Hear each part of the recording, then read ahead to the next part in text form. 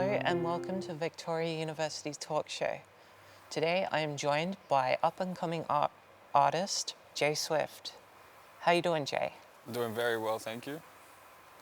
So, what inspired you to start rapping? Oh, that's a question, isn't it? Honestly, the first rap song that I ever heard that really inspired me, because I was brought up on, like Dire Straits, Pink Floyd, the Eagles, a lot of old school music, was actually 50 Cent and The Game, Hate It or Love It. I think I was about 11 years old, and when I heard that song, it just, I don't know for what reasons, but it inspired me so much to start making my own music. Just something about the sound of the song was something that I'd never heard before, and I knew at that moment it's what I wanted to do. So I was maybe like 10, 11 years old, and I just started writing pretty much every single day. I've been doing it for maybe, if I'm 26 now, that's almost 15 years. So it's become a part of me, and I wasn't too serious about it a couple of years ago, and I've become a lot more serious about it in the later years of my life, because it's starting to seem like something that I feel like I've clicked to. It's something that's like second nature, and something I'm very passionate about. So yeah, I guess it was that song, 50 Cent and The Game, Hate It or Love It. As soon as I heard that song, I just wanted to make music, wanted to make rap music. Nice. So, now for all our viewers out there, here is a look at one of Jay Swift's singles, Let It Be. We're just trying to make it by any means.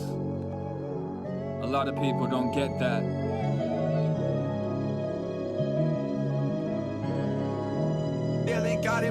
My production, a reflection of the pain in every section, and the heart I have invested at a loss to be respected. This cold world's cold, slowly find myself reflected. Running off emotions when the situation heated. I feel I'm now receptors, giving back what they receive. With the senses beyond six that I find.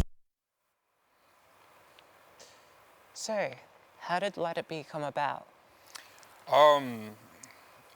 The song Let It Be is, let me think about it for a second. It's a song about how I felt in that point and moment in my life. It's sort of a song about, saying everyone sort of get out of the way. This is what I'm doing, and I'm letting myself be. It's a hard question to answer, that one. Look, most of the music that I make is really spare of the moment. Like, I'll get inspired, whether it's by the instrumental, the beat, or inspired by a certain thing that's happened throughout the day.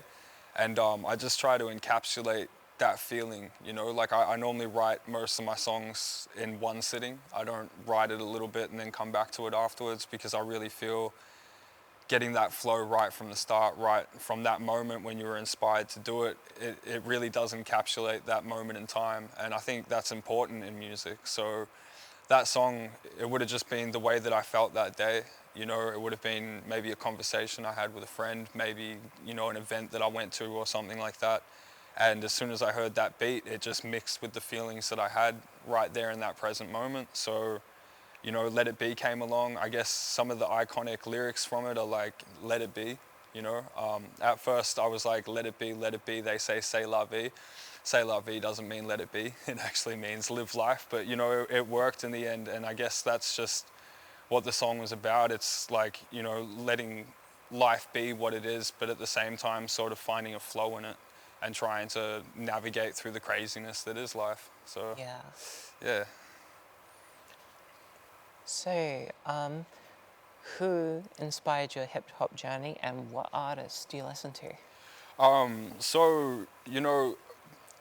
I was first inspired by a lot of hip-hop artists back in the 90s, like Nas, Pharoah Monch, Talib Kweli, Mos Def. Black Star was actually an album that I listened to probably more than anything else, which is Mos Def and Talib Kweli. It's really sort of documentarian rap. It's not so much full of ego. It's more reflecting on what your surroundings are. So a lot of the influence was really, 90s hip hop. And then as we got a little bit older, new artists like J. Cole, Kendrick Lamar, people like that came around. And yeah, so that's the influences pretty much. Yeah, I like a lot of those artists too.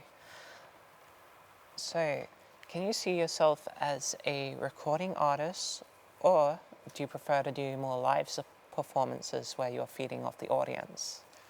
Both. I love recording, I love performing, I love having the, you know, writing have a lot to do with what's going to be when it comes to the point of being on stage. So yeah, definitely both.